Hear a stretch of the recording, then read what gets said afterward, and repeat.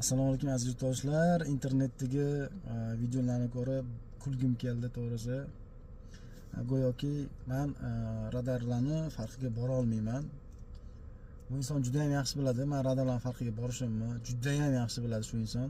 Lekin chiqargan videosida go'yoki meni bir tushunmaydigan chala soatga chiqarib qo'yibdi. Mayli, u o'zining fikri. Videolarda ko'p kamchilik topganman, juda yolg'onlar ko'p topganman, lekin hammasini aytsam u insonga to'g'risi o'zini adresiga yaxshi bo'lmaydi. Obunachilarning oldida, auditoriyasining oldida. Men 3 oyoqli kardon radarini ko'zim bilan ko'rmaganman deb aytganman.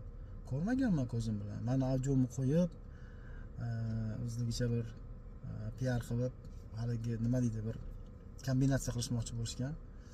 Marhamat qilaversin, nima deymiz endi? O'zi nima qilishni bilishmayapti to'g'risi. Qaysi mavzuga yopishni bilishmayapti. 9 oy oldin olingan bo'ladimi? 1 yil oldin olingan bo'ladimi? O'sha paytda 3 oyoq avtokonni, men yangi avtokon demaganman. O'sha avtokon radariga kardon deb aytmaydi hech qachon.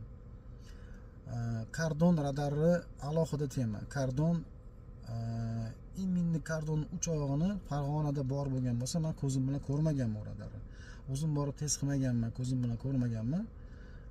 Shuning uchun men ko'rmaganman deb aytganman. Bu videoda har xil narsa, videoda, rasmda har xil narsalar bo'laveradi, men ko'rmaganman.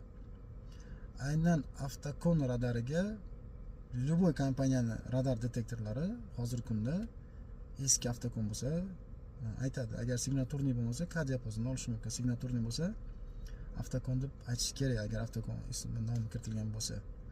U joyda kardon deb uni ko'rgani yo'q. Men ishonmayman bu videoga. Keyin undan tashqari agar radar yo'q joyda ham kardon deb pamix olgan videolari bor menda. Radar yo'q bo'lsa ham kardonga multi radar deb olgan pamix olgan videolar juda ham ko'p. Biz bilamiz, juda ham ko'p pamix oladi bu kompaniya. O'sha aynan shu odam maqtayotgan kompaniya juda ko'p pamix oladi. Afsuski pamixlarni hozirgacha yo'qotib berishmayapti. Majburlikdan uni o'chirib qo'ying, buni o'chirib qo'ying, lochini o'chirib qo'ying yoki mana buni o'chirib qo'ying, multi radar o'chirib qo'ying. Hammasini o'chirib tursangiz, unda nima kerak? Undan kontrakt ham ishlatinglar. Unda telefondan Yandexdan foydalaninglar, bo'ldi. Nima kerak? Unda sotib olib falon dollarga masalan. To'g'risi-da. Undan ko'ra yechim qilish kerak. Yechim. Ya'ni shuni pamixlarga kamroq ishlaydigan qilish kerak. Meni maslahatim kompaniyaga-da. Xullas, qisqasi kardonni, masalan, aynan kardonni ultradar deyish mumkin, kardonni trafistar deyish mumkin, mana Silverstone. Kardonni boshqacharoq adashtirish mumkin. Masalan, trafistarni kardon deyish mumkin, misol uchun bo'lish mumkin shunaqa. Lekin aynan 3 oyoq avtokonni hech qachon kardon deb olgandim. Mana shu